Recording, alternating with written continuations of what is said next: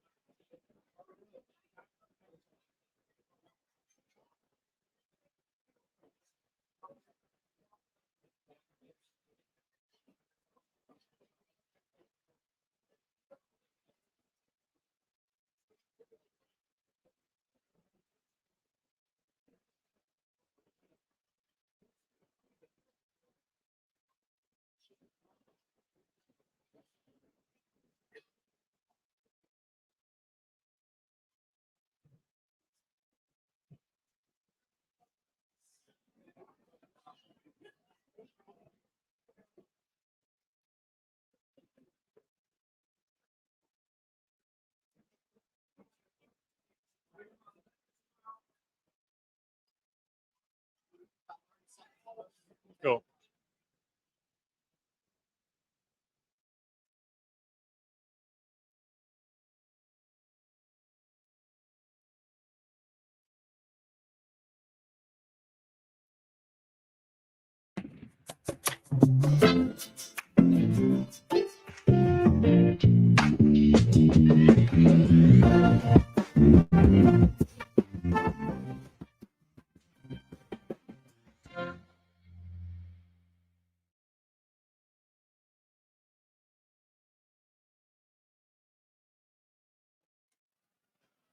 Good afternoon. Good afternoon, everyone. Welcome to the Columbus Metropolitan Club and Happy New Year. In 1976, 13 visionary women came together to form CMC to connect people and ideas through community conversation. 48 years later, that conversation is still going strong. Yes, 2024 is CMC's 48th year of community conversations.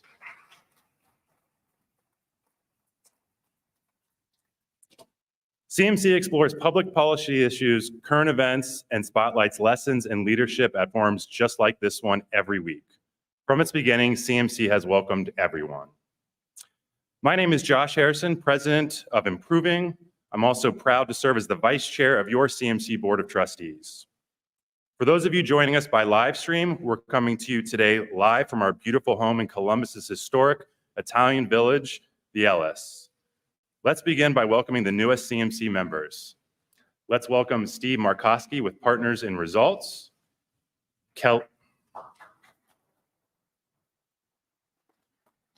Henderson with Catholic Social Services, Beth Kenny with the Franklin County Auditor's Office, Brian Keurig with Ostra Studios, Joe Fellenkamp, Leslie Miles, John Kessler, and Mark Peacock with Encova Insurance, David Schooler with Town and Country Travel Inc., Gregory Stokes, Tracy Wayland Payne with Ethiopian Taiwahedo Social Services, and our newest lifetime member, Catherine Curry D'Souza with United Way of Central Ohio.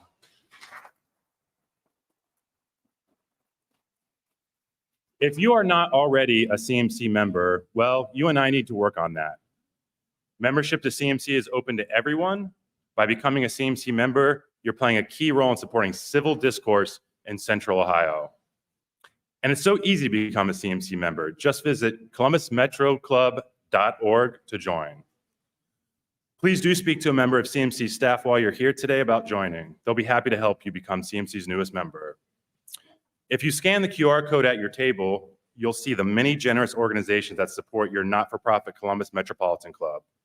We could not exist without their support. Thank you to today's forum sponsors, Fifth Third Bank, the Robert Weiler Company, the United Way of Central Ohio, Ian Alexander Photography, and the Columbus Partnership. Thank you to our gracious host, the Ellis, for its generous support. Let's give a round of applause for our sponsors.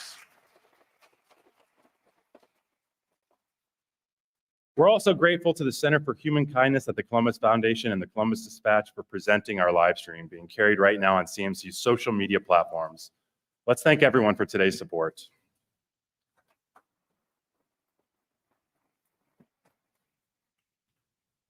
Welcome to today's forum, our first of the new year and a very long-standing CMC tradition and my personal favorite forum of the year, the Blue Chip Economic Forecast. Today, we'll hear what the year ahead looks like for Central Ohio's economy from our expert panel. Plus, we'll be the first to hear the 25th annual official release of the Regionomics Columbus Economic Forecast. To introduce our esteemed panel, please help me welcome Payman Salahi, Managing Director of Private Wealth Management with today's sponsor, Fifth Third Bank. Payman, welcome.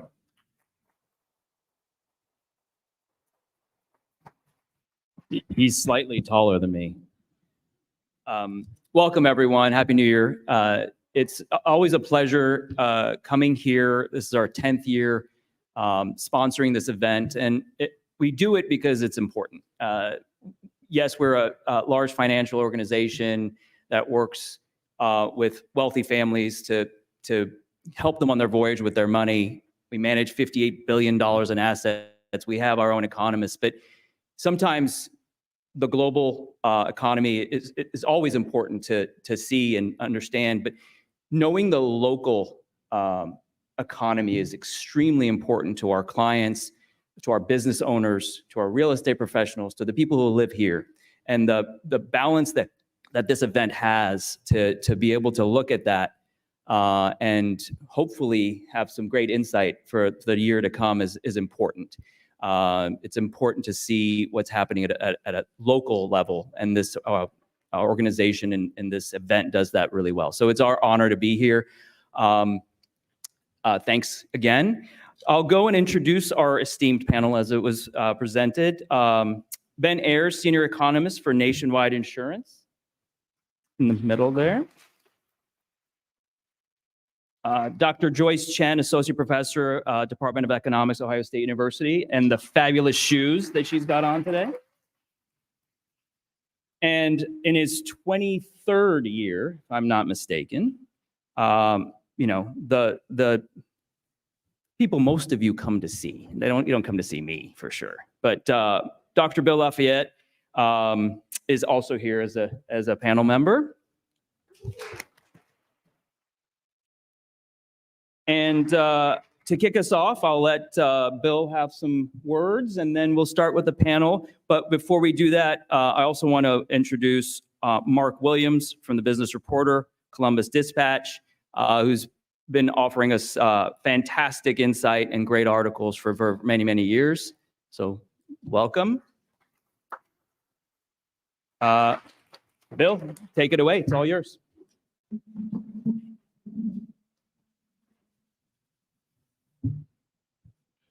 Well, thank you very much, Payman, and thank you all for being here.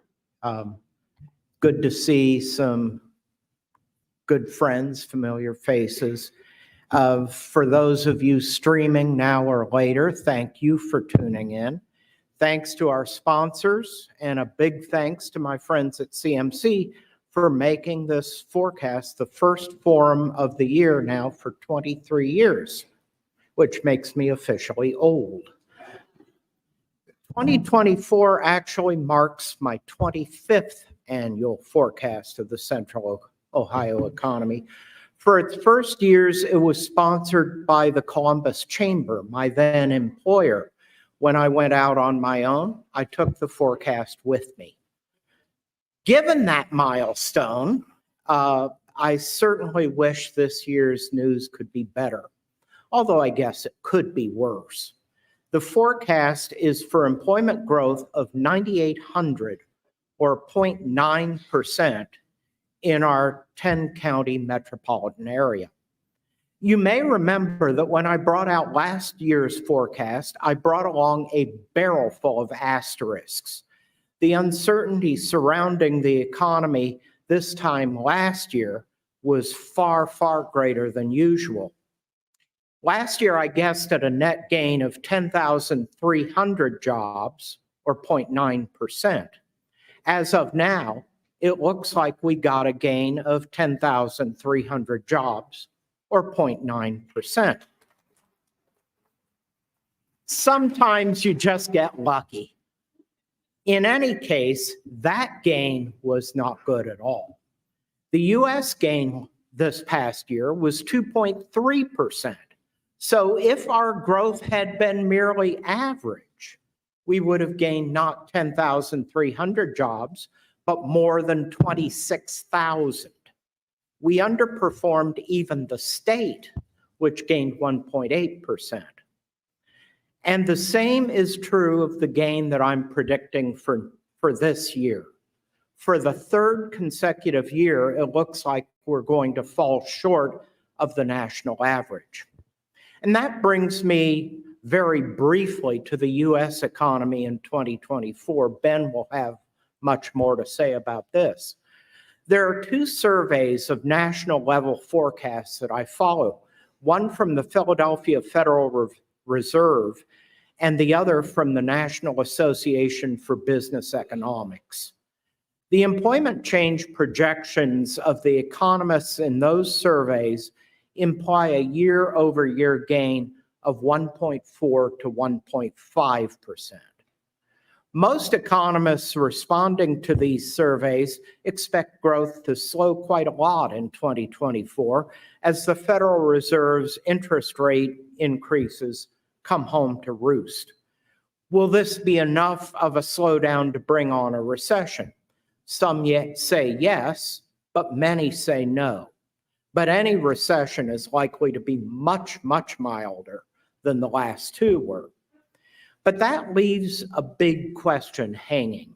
Why has our employment growth been so lackluster? This is not something that we're used to, at least recently.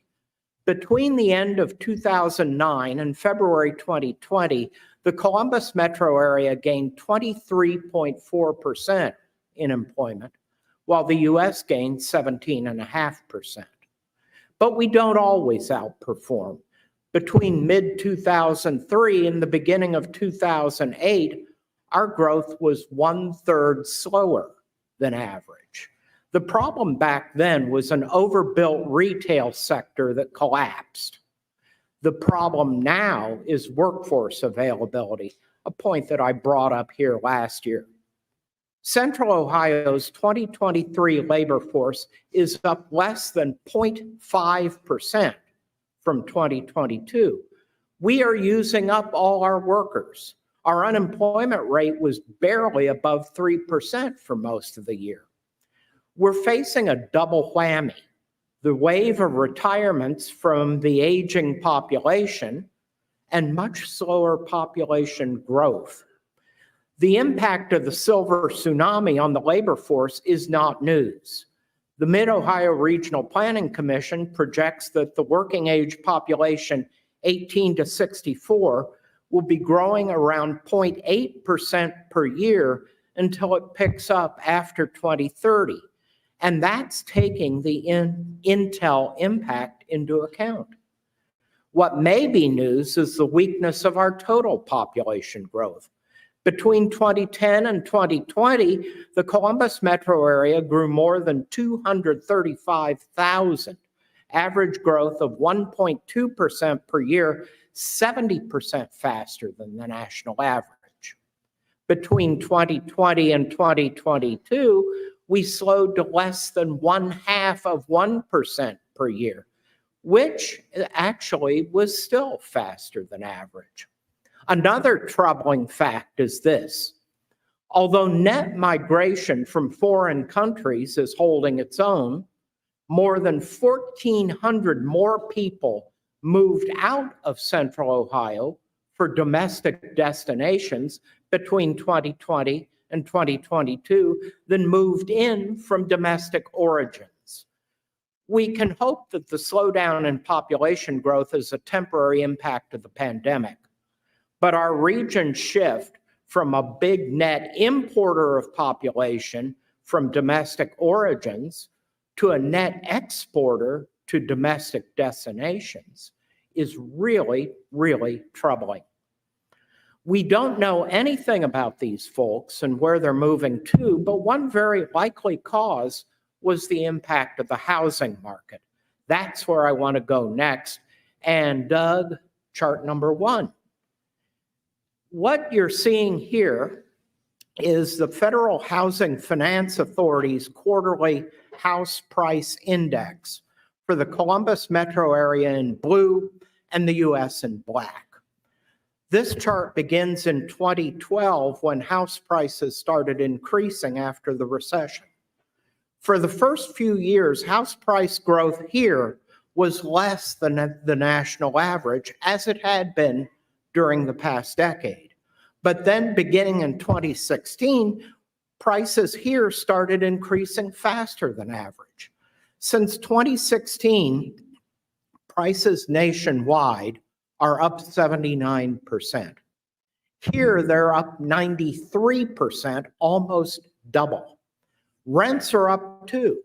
Since 2012, rents in Franklin County have increased 20% after inflation compared to 15% nationally.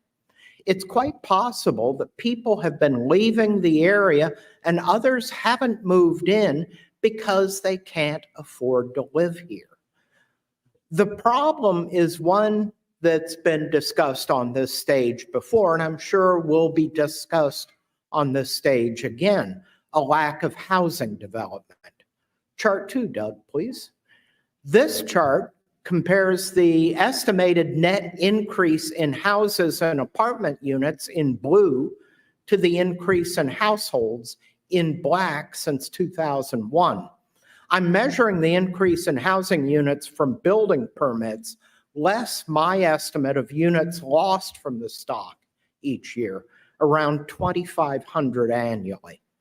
By definition, each household has to have a housing unit. So the shortfall prior to 2020 must have been satisfied by occupying formerly vacant units. That includes rehabbing boarded up units. And that's exactly what happened. The overall vacancy rate in the Columbus MSA fell from 10.7% in 2010 to 6.6% in 2022. Notice that the housing unit increase picked up in 2020 just as household growth slowed. But it turns out that these bigger increases in housing units still aren't enough. If they were, there would be an increase in the vacancy rate to more normal levels. That would indicate a loosening of the market. But there's been no significant change in the vacancy rate since 2019. The increases, without including losses from the stock, have been around 11,000 units per year since 2020. In contrast, the increases in the early 2000s, as you can see, topped out at 16,000 per year, with a population more than 20% smaller than it is now. My work with the MORPSI household growth projections suggests that we need to be building that same 15 to 16,000 units now. If we don't increase the number of new housing units soon, houses and apartments, price and rent increases will continue. We won't get the population growth that we need, and our current subpar employment growth will continue. I'm very much encouraged, though, that housing is on everybody's mind these days. That certainly does imply that we're going to get this sorted out. Obviously, the sooner, the better. Thanks again for being here in person or virtually. I wish you all a happy, healthy, prosperous 2024. Mark, we are in your hands.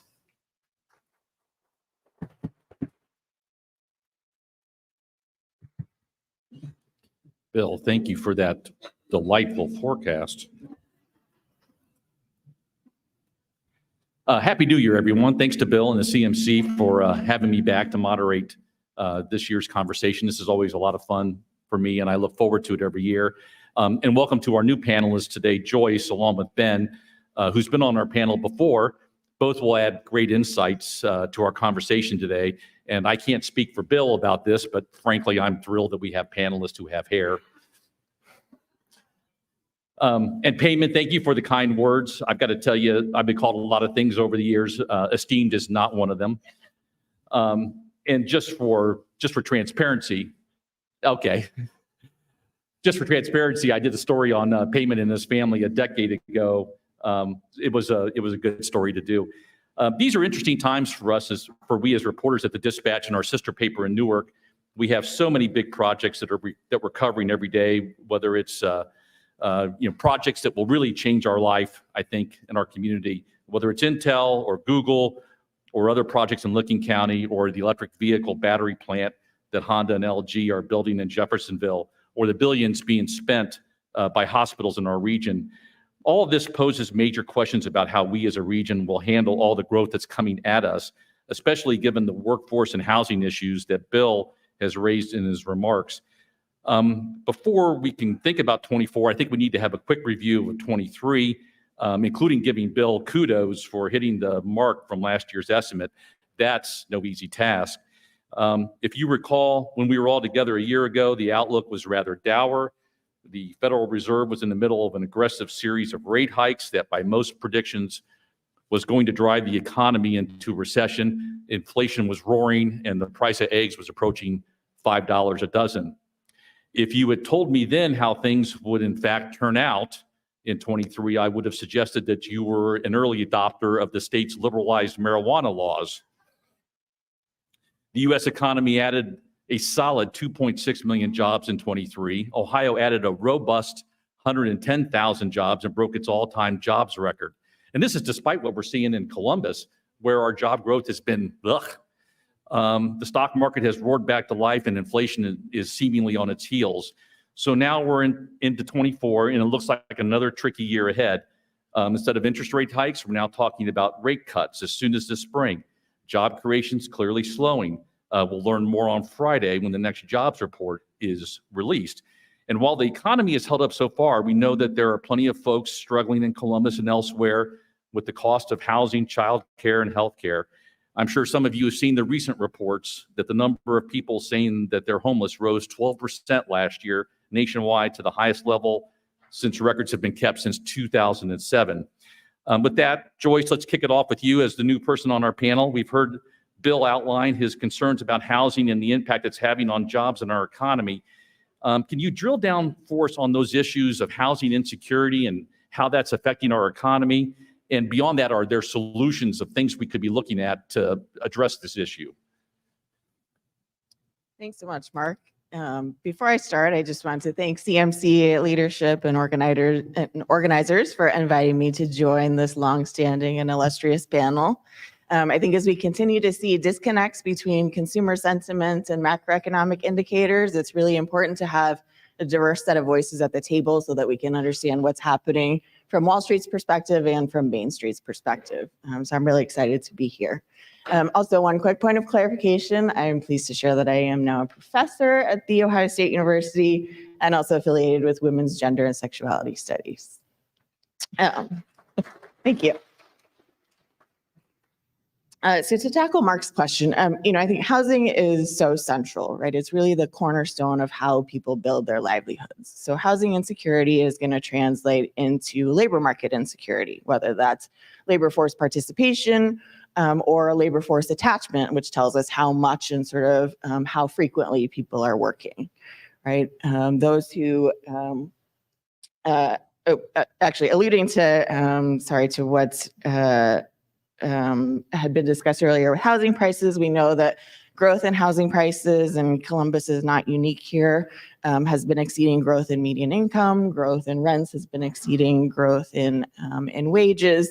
And Columbus, compared to other comparable cities, has seen the largest increase in housing insecurity over the last 15 years, with a 20% increase just in 2022 alone.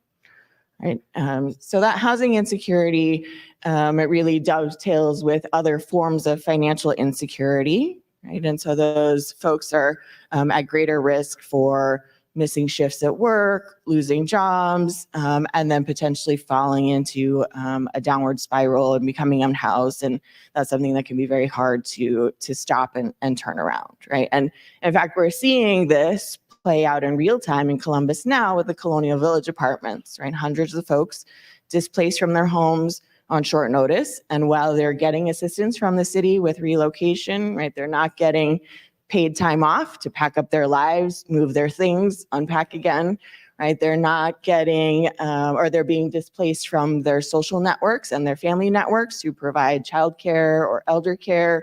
They're getting displaced from transportation networks, whether it's the parking spot that they had or the bus route that they're on or the ability to walk to work, right? Or a carpool or ride share that they had in place, right? So this is the vicious cycle that we see created by housing insecurity, right? Where people, it's really hard to break out of, and it's preventing people from fully investing in themselves and their skills and their jobs and their families and their schools and in their communities.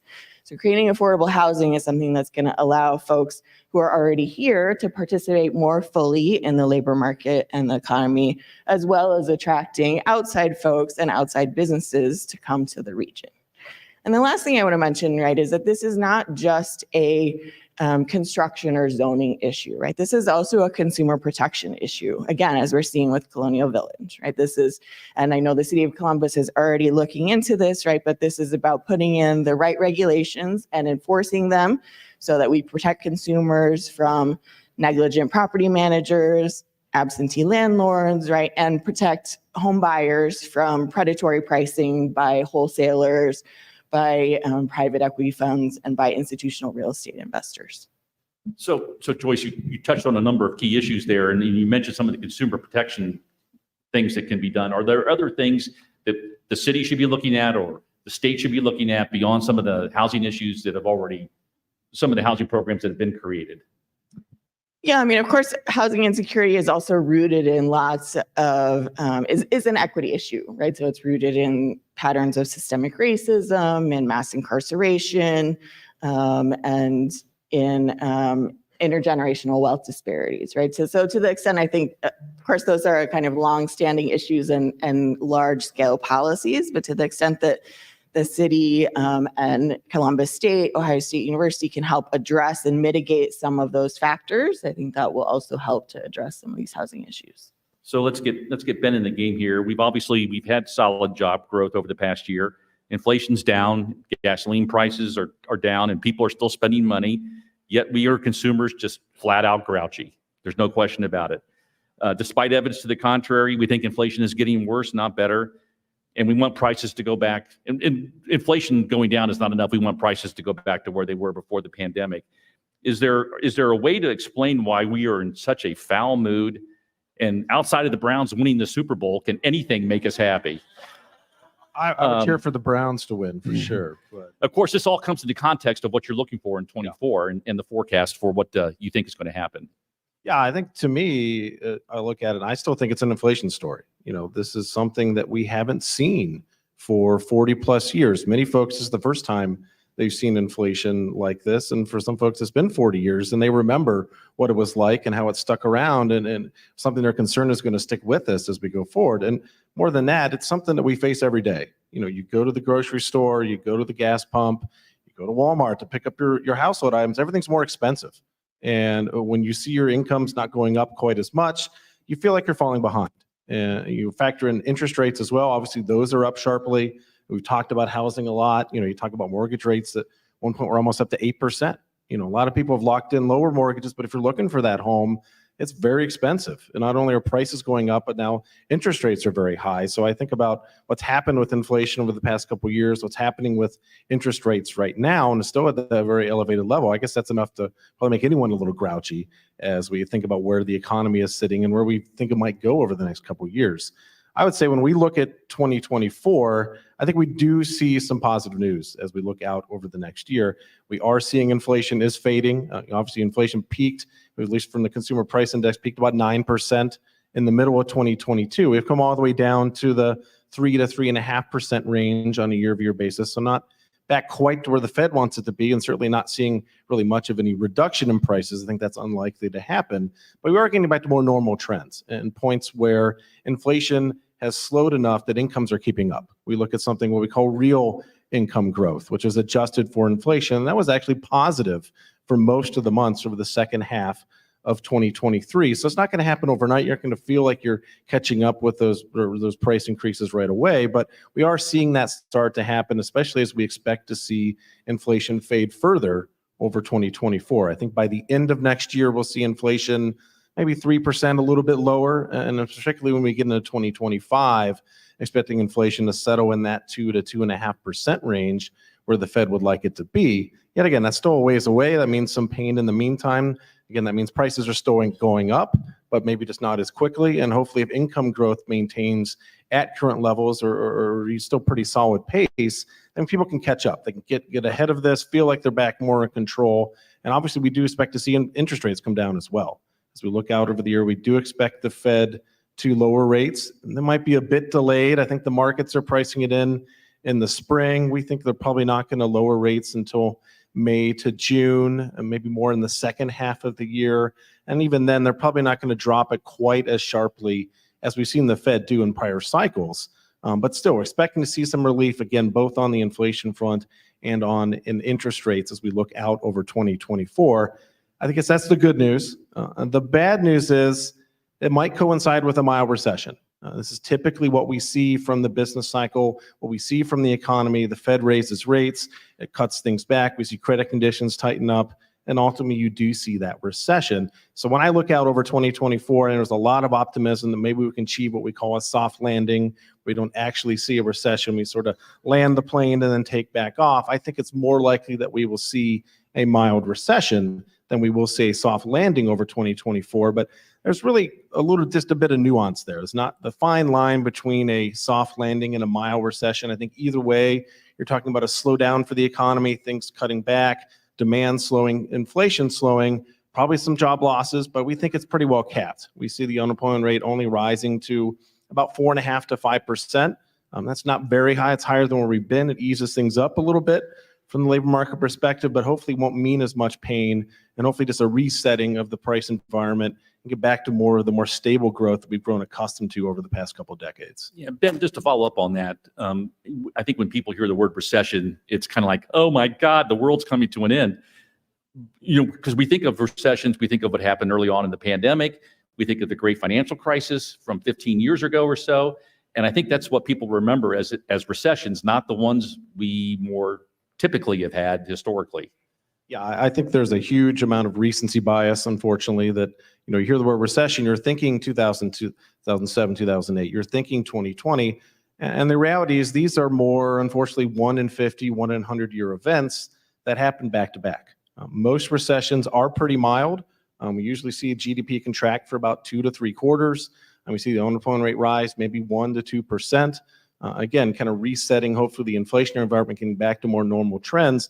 I think that's, again, still our baseline as we look out over the next year. We're thinking something more like a 2001 recession, something more like a 1990-91 recession. So, not impactful, but still things that aren't calamitous economic events that are really cascade and have a big impact on most folks. In fact, most folks, I think, might not even notice it much, except for maybe some disruptions to their stock market returns, disruptions to their 401k, but they ride through this and see things better on the other side. So, Bill, we joked about marijuana earlier, but legalization does create an issue for employers, especially given the tight labor market that we still are in. I've talked to manufacturers that are very, very concerned about the ability to make the ability to find workers, and wondering what they're going to be able to do to keep their workplaces safe with the liberalization of the marijuana laws. How much tougher does this make it on employers to find workers? I suppose it depends on the type of work you're doing. Like if you're operating a manufacturing plant or if you're operating a warehouse and somebody shows up to work stoned and drives a forklift, people can die. Obviously, that creates huge liability issues for the employer. In a more clerical setting, I think the impact would be less. I do think, though, that you'll see employers regulating people coming to work stoned in the same way they regulate people coming to work drunk. In most cases, people will have the common sense not to come to work stoned out of their gourd. Yeah, it will make it harder to hire and harder to retain employees, no doubt about it. Yeah, I mean, certainly the standard response to all that is that, workers are using marijuana anyway. And one of the big problems with this is testing. When you test somebody, you don't know when they last consumed or used marijuana. It just seems like it's going to be tricky for employers, especially some that are going to continue to be hardline. And if you fail a drug test, they're not going to give you a job, even for something that it may be legal. Well, I have a feeling that that rule's probably going to go out the window, at least for marijuana, just because of the shortage of workers. About 2005, 2006, just for grins, I simulated the impact of a recession in 2021 on the labor force and labor availability, 2015, I should say.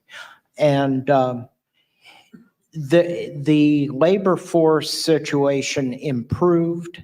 It was not cured. And the minute the recession ended, we were right back into trouble. So I have a feeling that employers are going to have to adapt to the new reality. So, Joyce, as a professor, you've expressed concerns about Senate Bill 83 that would restrict diversity training on college campuses in Ohio. More than ever, we're counting on people like you to train in the next generation of workers that the state's going to need for all the projects that we have coming on board.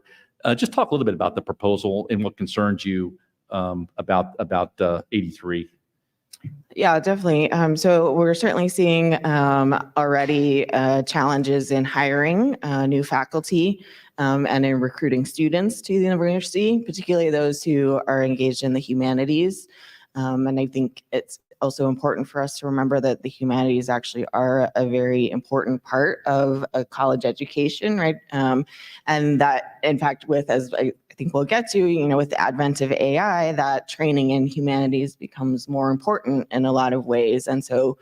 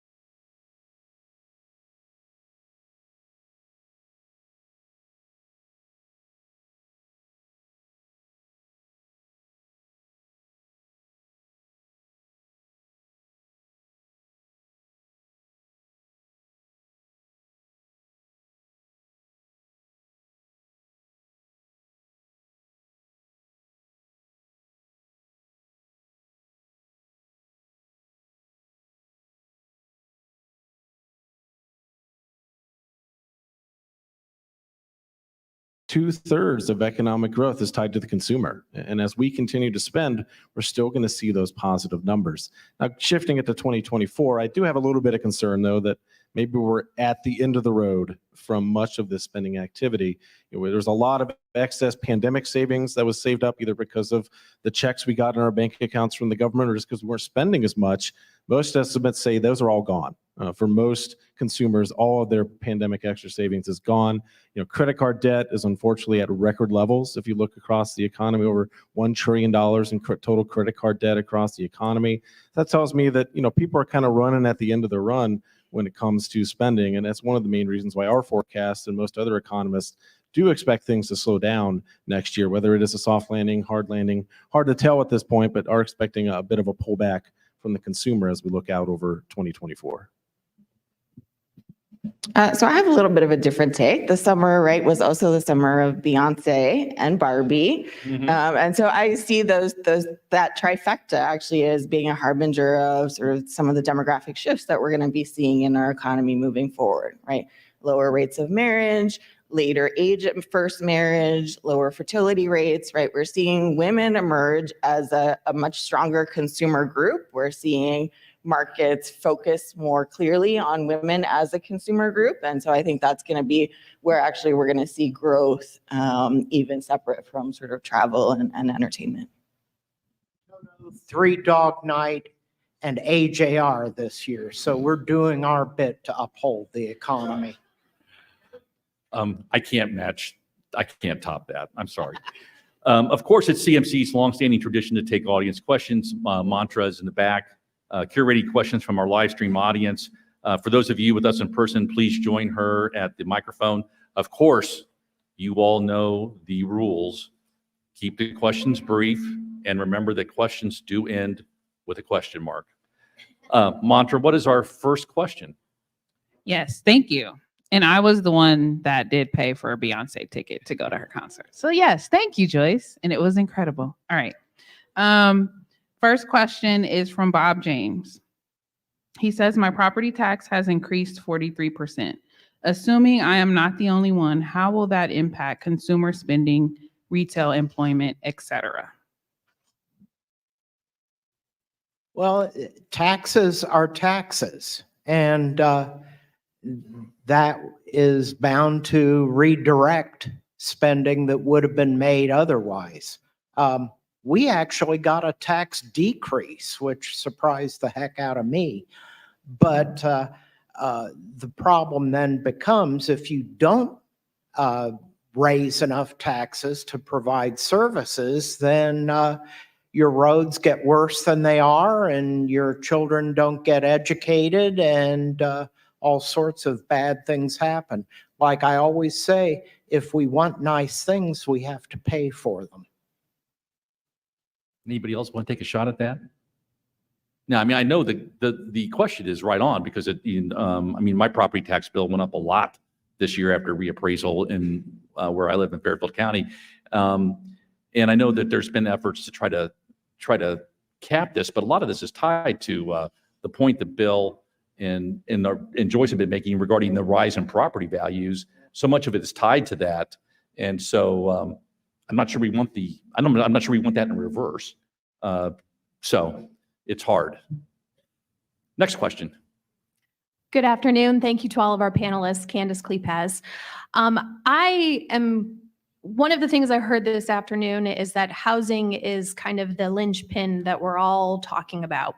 And I am a member or a resident of the Near East area. And two things that we have seen in our area that I am assuming we're seeing in other places is we have a variety of properties that are owned and continue to be owned, but remain vacant. And then another component of that is short-term rentals. So my question is from a state or local or even national level, what are some options that we have to disincentivize abandoned properties and have the correct balance between short-term rentals and the necessary housing that we have for our communities? Thank you. Joyce, that sounds like a question for you.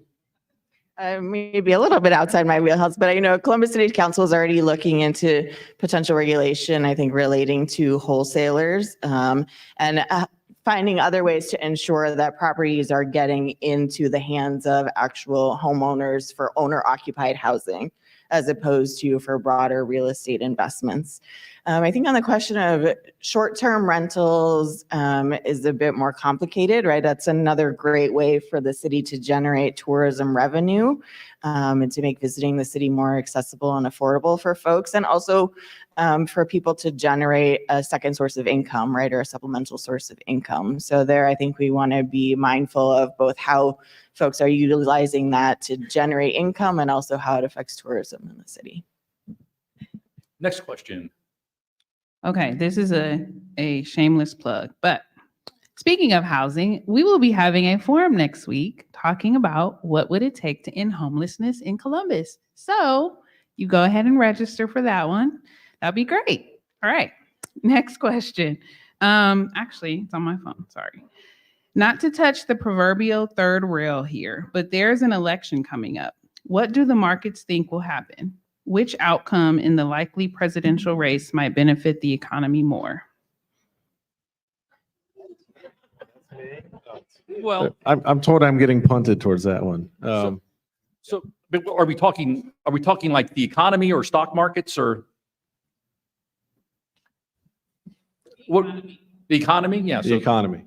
Yeah, I mean, I guess when you look at long-term, it's easy to say it doesn't matter, because when you look out over the long term, no matter who wins elections, I feel like the more important factor for us is always the Fed.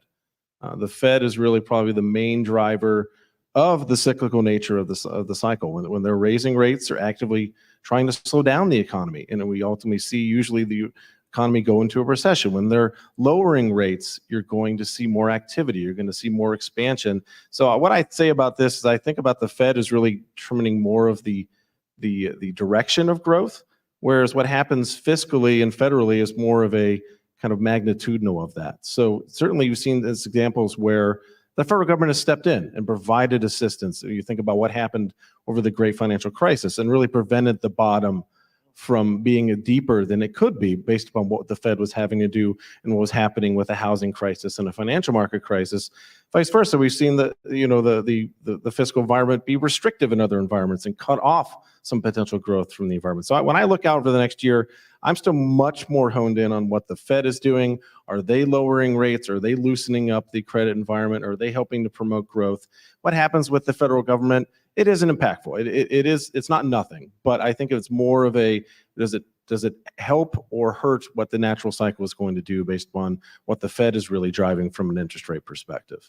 Yeah. So when I was a reporter back in the 80s, I used to cover the Jefferson Jackson dinners and the Lincoln Day banquets, and the state economy and the national economy were both doing pretty well at the time.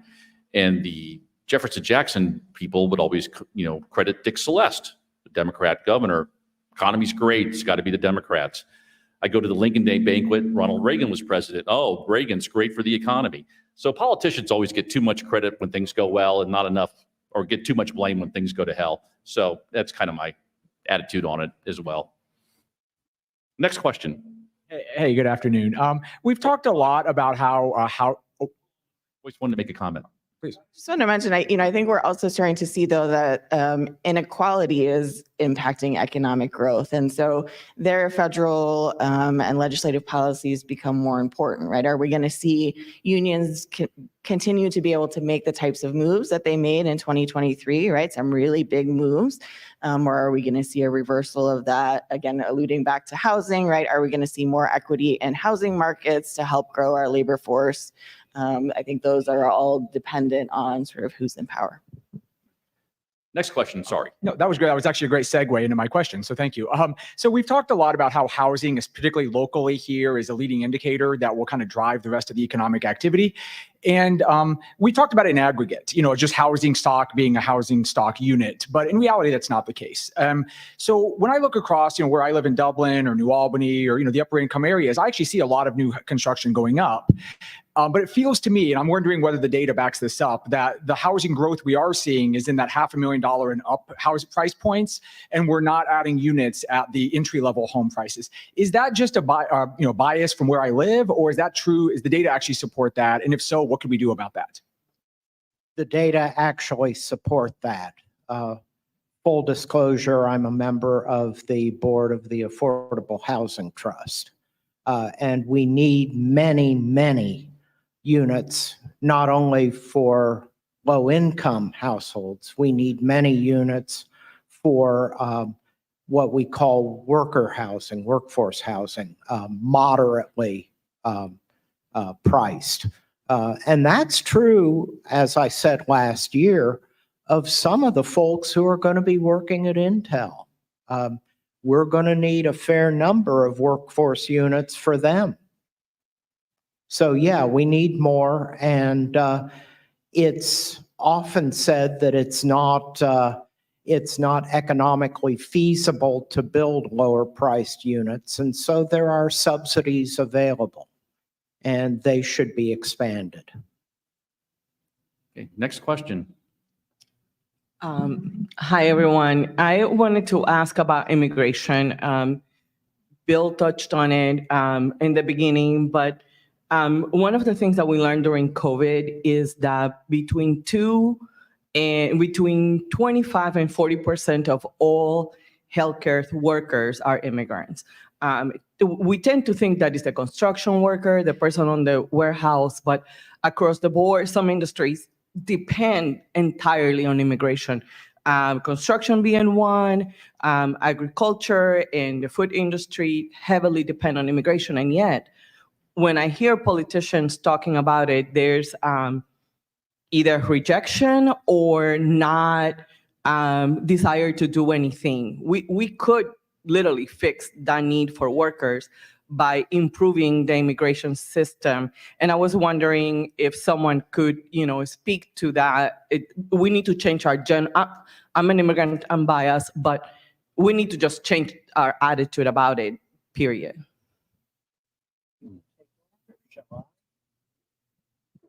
Yes. Immigration, fixing the immigration system is very important. I would add that we should stop demonizing immigrants. That is really, really worrisome. A huge percentage of our growth during the last decade was from overseas. And I was actually somewhat surprised to see that holding up in the latest Census Bureau estimates for this region.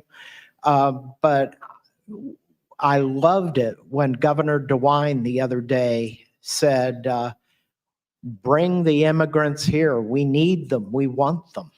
And that kind of speech from the top of the government chain is really important. I'm hoping that it'll make an impact.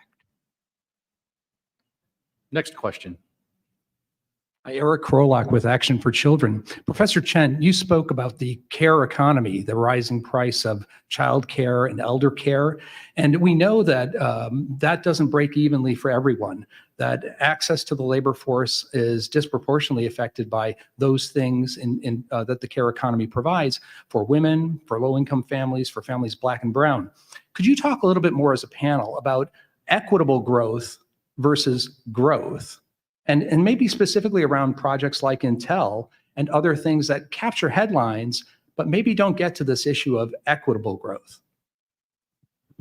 Yeah, so this release is something else I had wanted to talk about, which is the growing gig economy, particularly in Columbus, as we run so much in terms of logistics, right? And I think it now is a pivotal moment for us to be conscious about how gig workers are treated, how gig jobs are both counted and regulated, right? I know that in Wisconsin, they've sued, right, to have Amazon Flex workers who are our sort of on-demand delivery drivers drivers for Amazon, not their paid full-time workers, right? But to have them actually counted as employees, right? As opposed to independent contractors, and have Amazon paying into unemployment funds.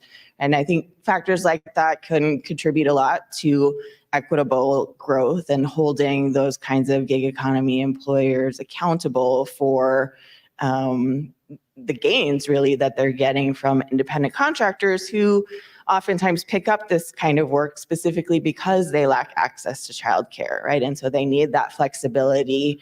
I've even heard actually corporations refer to these as mommy shifts, right? So that women can drop their kids off at school, pick up an Amazon Flex shift, finish it, and then pick up the kids from school, right? And we need that kind of flexibility to come in other forms of jobs as well. So we have time for one more, and I'm told it needs to be short. Are you saying I'm short? So thank you very much for A short question. It'll be a short question. I'm Amy Claybin with Families Flourish, and I've really appreciated the connection between the economy and housing. Rents are up. We're not adding enough units. Housing insecurity leads to employment insecurity. And what do we do to get more equity in housing? It's not just enough to talk about construction. It takes a long time, and we have so much increasing homelessness that next week that's the conversation. What can we do to think differently about providing rental support so people who are in the workforce who don't make enough money, they're working full-time, they may have other flex time jobs, and they still don't make enough to afford the rents or to afford a decent place to live. And we don't have enough federal rental support to meet the needs. So what can we do in the locally or in the state to meet this needs? Thank you. Let this fact sink in for a minute. 25% of renter households in Central Ohio pay at least half of their income in rent. That should not be happening. Anything more than 30%, you're housing cost burdened. So obviously, many more units are needed. We are behind the 8 ball. We should have started this years ago. And there need to be more subsidies. But of course, if we have subsidies in housing, that means that we don't have the money to do other things. And so it's really a public policy, how we're going to subsidize the renter, particularly renter housing market. But we have to, or homelessness will increase along with all the costs and problems that entails. And I would argue that if you looked at it from that perspective, it's a positive net present value project to expand these subsidies. Makes us better off. This idea might be a little out there, right? But I think we could also look at whether we can convert some of existing apartment buildings into more of a condo type situation, right? Where owner occupied housing we know has better attachment, people feel more invested. In suburban areas, right, there's a lot of NIMBY where people are concerned about apartments and the sort of volatility in those spaces. If we made it more owner-occupied housing, perhaps that would change that dynamic and help create more stability as well. Ben, do you have a quick comment? I mean, I think we just need to do whatever we can to get more housing. I mean, there's a dearth of housing out there more broadly. It's been exacerbated by the current environment where most of the people who have a mortgage are locked in and they don't want to trade up. And anything we can do to boost the housing supply, particularly locally, but more broadly across the country, would really help things out. Big problems are NIMBY and zoning. That's it for us. We're going to turn things back over to Josh.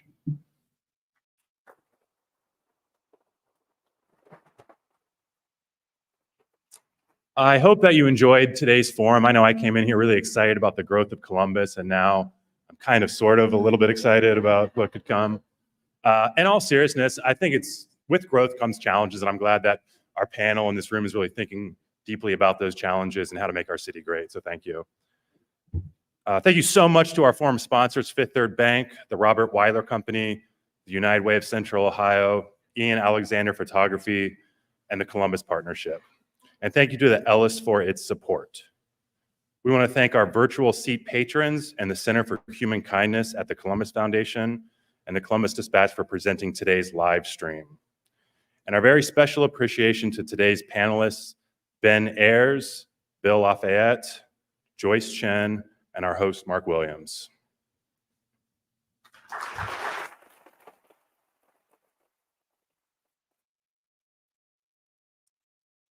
As Mantra mentioned, please register now to attend next Wednesday's forum, very applicable to what we talked about today. What would it take to end homelessness in Columbus? Thank you again, everyone. We could not do this without you. Have a great afternoon.